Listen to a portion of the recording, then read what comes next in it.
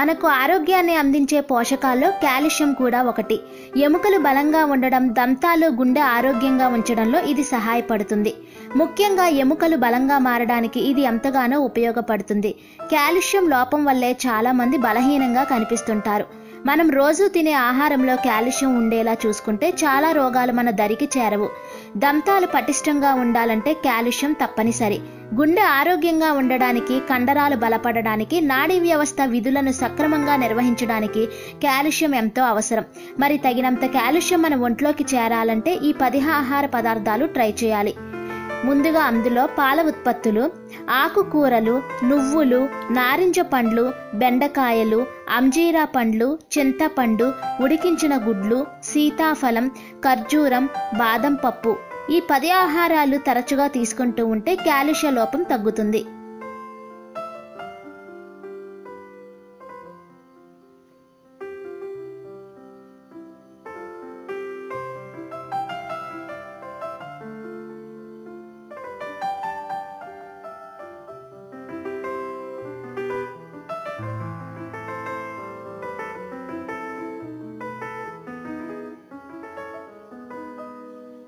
ఈ వీడియో మీకు నచ్చినట్లయితే మరిన్ని వీడియోల కోసం ఈ ఛానల్ని లైక్, షేర్ అండ్ సబ్స్క్రైబ్ చేయండి.